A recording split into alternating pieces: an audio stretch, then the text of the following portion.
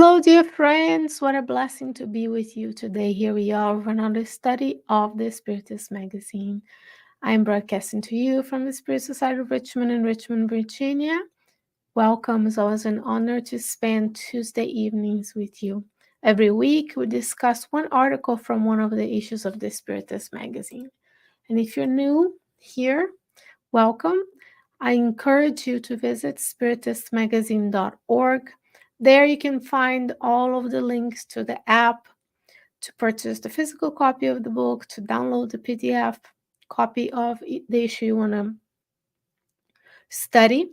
And today, if you have the app or if you have the computer in front of you, you can visit spiritistmagazine.org and look for issue 57. We'll be talking about love today with the spirit Anna through the mediumship of Euripedes Barsanulfo. So I'm going to share my screen so we can be on the same page.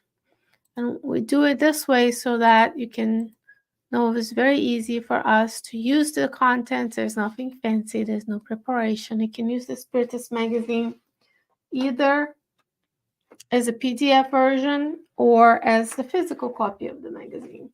And here I have a physical copy of the magazine, one of them. This is happens to be issue 54. Excellent cost, excellent quality, is just at cost.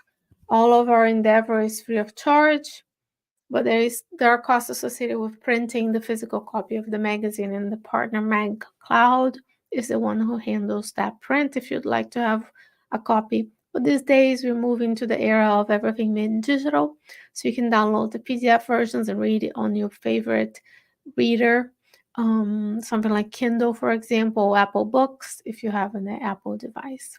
And this is the article we're going to be talking about today, which is titled Love, Love by the Spirit Anna. And this is how the Spiritist magazine looks like on my computer. And it looks this way on my computer because this is my PDF reader. And this is what I would see. I'll be able to choose between many different articles, beautiful cover. And I can scroll up and down until I find the article that would be of help to me and my family that week. There's a series, for example, of articles by America Canhoto. There is here an article by Carlos Torres Pastorino. We have the one that we're going to be talking about today. We have Peace and Light from the book God Awaits by May May, and so many others. Leon Denis article and everything. So many resources. So blessed we are to be here today. Let's talk about love. This program is going to be first aired in the beginning of December, and it's as a convention we celebrate the birth of Jesus at the end of December, right? And then the New Year's. This is the season where we feel and celebrate the love and the incarnation of our Christ Jesus on the earth to show us the path towards God, how to be a human on the earth. And his sense, when you get to read the not only the New Testament, but also the books such as Jesus in the Home, Good News, you'll find that this idea of how he loved his disciples, how much he loves us, as we see in the book On the Way to the Life, he has received many billions of spirits throughout the centuries. He's been with us since the formation of the earth, which is 4.5 billion years ago. So much love that only Christ's spirit can give to us. And we have a little hint of how love is through these teachings today. So I'm going to scroll down and zoom in, hide the sidebar so that we can read it, and it will become more clear to us what we're going to be doing today. Oops. So here we have, Anna says, love is the bright synthesis of the element that reigns in the universe. To love is to adore God above all things, dear brothers and sisters. When the sublime feeling is germinated, sprouted in the human bosom, it seeks its wonderful effluence, mesmerize all the beings of creation, to love everything that comes from the wise hands of the Lord, thus adoring him. Let us then love your neighbor, whoever they are. In doing so, you observe the dearest prescription from our Father of infinite solicitude and charity. Love, love. That is what I will say to you at the end. May Jesus allow that from his sacred and purest heart, a spark of divine love may come out to scorch our bosom.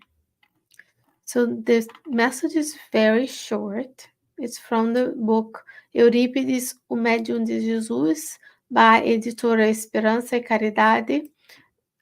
The book is a compilation of messages received by the medium Euripedes Barsanulfo between 1906 and 1909 in Sacramento, Minas Gerais, Brazil. This particular message was given by Anna, wife of the Patriarch Joachim, mother of Mother Mary. So it's above Mother Mary. And the message is from 1906, over a century ago. And the message is as timeless and useful to you and I today than it was then. So you excuse me a little bit. I'm gonna go get the Spirit's book to make a little correlation between the messages, and I'll be right back.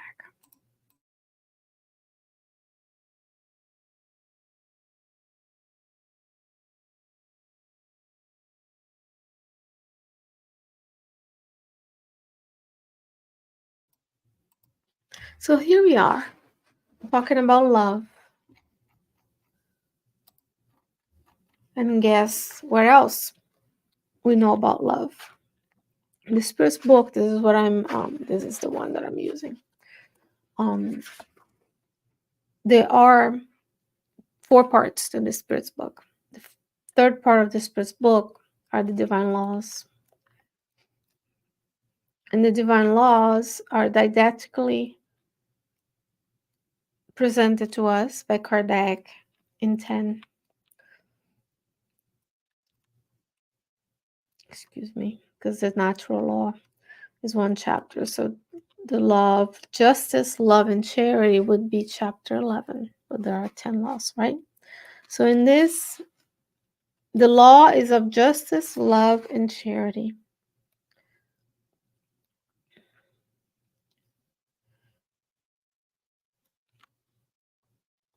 And we talked about knowing where things are coming from, because when we learn from the Spirit's book, chapter part 3, the divine laws are inscribed in our conscience, that means that the law of justice, love, and charity is on our conscience as well. So everything that we do that aligns with the divine laws allow us to progress and remain in the good. When our actions misalign with the divine laws, and that's why it's a self-regulating mechanism, because if we deviate from the law of justice, love, and charity, then now we're committing evil, which is ignorance. We're delaying our progress towards superior spirit. And then this loving spirit, as you saw here, mother of Mother Mary, who gave birth to the most perfect soul that has incarnated on the earth, is giving us this definition of love. In chapter 49 of the book After Death by Leon Denis, he also talks about love kindling all things, giving life to all things, nourishing and being the glue, paraphrasing Leon Denis, the glue that keeps everything in the universe together. And how does Anna, on this very short and simple message, but full of love, full of intention for you and I, brings to us? She starts by asking God to give us peace and love. God is at the center of love. Love is God is the radiating center of love throughout the universe to nourishes everything, according to Leon Denis, chapter 49 of the book After Death. But we need to continuously ask God to nourish us with this love, because sometimes we forget that we are loved. We focus so much on the physical life, the physical existence on the planet, that we forget that God already loves us. God loved us even before He created us as spirits, right? Because God also loves the spiritual principle of all the other kingdoms of natures where we spend time in our internships. So she's telling us, Anna is telling us, love is the bright synthesis of the element that reigns in the universe. So it's not power, it's not money, it's not vanity, it's not beauty, it's love. Love reigns. The good reigns in the universe. We on the earth, in a world of trials and expiation, undergoing planetary transition, we focus on the negative. We still have evil or ignorance inside ourselves that leads us to do the things that we see, such as war, poverty, famine, disease, homelessness, so on and so forth. But love is still nourishing us. Love is greater in the universe. So many thousands and millions and billions of spirits are by ourselves, 8 billion incarnates. So there are 8 billion spirit mentors, which are more evolved than us, helping us, plus the many countless spiritist, countless spiritual missions who are all over the earth helping those who suffer and afflicted. Our friends in the solar system do not have evolved, have moved on. They don't have the coarse bodies in the physical life that we have. So love is reigning. There's more love. There's more good than we can perceive because we're so immersed in matter. So what is to love? When I was growing up, now I'm dating myself, there was a little um, cards that we bought. There were actually letters, paper, cardstock for letters that they had. We had this, instead of trading baseball, we the girls did the letter writing paper, and we savored it. We didn't use it to send letters to anybody, even though back then we did send letters, not emails or texts. And then there was one, there was a series to love is, and there was a little drawing that came with it that showed the many facets of love. So that's, we should put one of these in there. To love is to adore God above all things. So God comes first. God comes before everything. So I'm serving God, not mammon. God comes before anything that I do in this life, because God granted us, and I'm using me because I don't want to sound accusatory, but it's us. God granted us the opportunity to be reincarnated, even if the conditions are painful, because pain in this world is inevitable, but suffering is optional. So how we see the pain, how we experience the pain can be to our advantage in terms of growth. It says, when is this sublime feeling, love is germinated, sprouted in the human heart, it seeks its wonderful affluence, mesmerize all beings of creation. So this is a metaphor, right? When love is germinated, who germinates? Plants germinate. And they germinate, so they go deep down in the soil. They have to experience the darkness and the loneliness, and they have moisture and nutrients, and then the few roots start to grow, and then one shoot comes out with one leaf, and then there's chlorophyll in that leaf, and that leaf will seek the light of the sun, and eventually that can potentially be a plant that provides many fruits, shelter, shade for all of us. So it needs to sprout, it needs to be germinated. It's already germinated. You have the gene of divinity inside of you. God's essence is inside of you. Chapter 30 of the book Living Spring by Emmanuel. So let's allow this feeling of love for all creatures, because first comes God, then comes everything else. And everything else includes the creatures that live around us, but also the human beings that live around us. Because if they are allowed by God to be in our midst, it means that we need to learn something. Because no person on the earth, even those who are committing the most heinous crimes, are not loved by God. We are all loved by God in our essence as potential pure spirits that we will be one day. And it mesmerizes when we see loving people such as Chico Xavier and Divaldo, Mother Teresa. Then we feel that love emanating and we want to be around them.